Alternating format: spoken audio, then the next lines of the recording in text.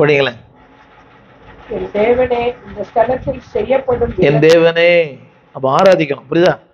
யாருடைய ஜெபத்தை கேட்பார்? எனக்கு ஆராதிக்கிற ஜெபத்தை கேட்பார். அப்படி இங்கிலீஷ்ல போட்டுருது. நான் படிக்கிறேன் கேளுங்க. God yes those who are worshiping. தேவனை ஆராதிக்க ஜெபத்தை கேட்பார். சும்மா வந்துட்டு ஆண்டவரே தோத்துறோம் எனக்கு அது தாரு கேட்ப அப்படி கேட்க மாட்டேன். படிச்சு பார்த்தீங்களா அந்த வார்த்தையை படிங்களேன். இப்பொழுதும் என் தேவனே. அது ஆராதனை இல்லையா? அது ஆராதனை இல்லையா? இப்போதும் என் தேவனே. என்னது ஆராதனை? ஆராதிக்கிறோட ஜபத்தை தான் கர்த்தர் கேட்பார். அதனால ஆராதனை முடிஞ்சு வீட்டுக்கு போயிடுங்க. பிரசங்கம் கேட்குற ஜபத்தை கேட்க மாட்டாரு. அதெல்லாம் கவனிச்சிங்களா? பிரசங்கம் என்ன பாருங்க, பிரசங்கம் பண்றோடைய ஜபத்தையும் கேட்க மாட்டாரு, பிரசங்கம் கேட்கிற ஜபத்தையும் கேட்க மாட்டாரு. ஆனால் யாருடைய ஜபத்தை கேட்பார்? புரியுதா உங்களுக்கு? அவ்வளவுதான் சங்கீதக்காரன் சொன்னான். 22ஆம் சங்கீதம் 3ஆம் வசனம். சங்கீதம் 22:3.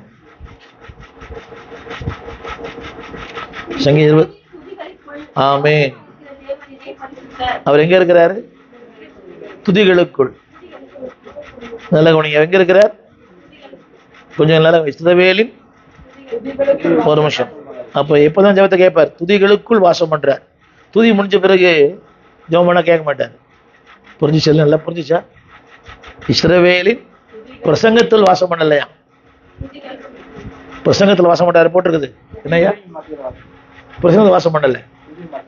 பிரசங்கம் மக்களுக்கு, துதி அவருக்கு. பிரசங்கம் மக்களுக்கு, துதி இது அவரோட பேசுறது. பிரசங்கம் அவர் என்னோட பேசுறது. அவர் சொல்றாரு, நீ என்கிட்ட பேசினா தான் உங்கள்கிட்ட நான் பேசுவேன். நீ என்கிட்ட பேசினா தான். கர்த்தாவே தேவரி யார்கிட்ட பேசுறோம்? அவர்கிட்ட பேசுறது இல்லை. ஏன்னா வந்தவன் ஆண்டவரே எனக்கு தாங்க. அவர் சொல்றாரு, என்கிட்ட ஒண்ணுமே பேசலையே, நீ முதல்ல என்கிட்ட நீ பேச, அப்புறம் நான் உங்ககிட்ட பேசாம வந்து அப்படியே பேச முடியும்? இப்போ இந்த அம்மா பேசுறதே இல்லை, எப்படி பேசுவீங்க? பேசினா தானே பேசுவீங்க. நீங்க முதல்ல பேசுங்க வந்து. புரியுதா உங்களுக்கு? ஆராதனை முடிஞ்ச பிறகு பேசுறது இல்லை, ஆராதனை பேசணும். தேவரீ இதை கேட்டு என் தேவனை. இன்னொரு படிங்க. எங்க வாசம் பண்றாரு அவரு? சத்தமா. எங்க வாசம் பண்றார்? பிரசங்கத்துல துதிகளுக்குள்ள.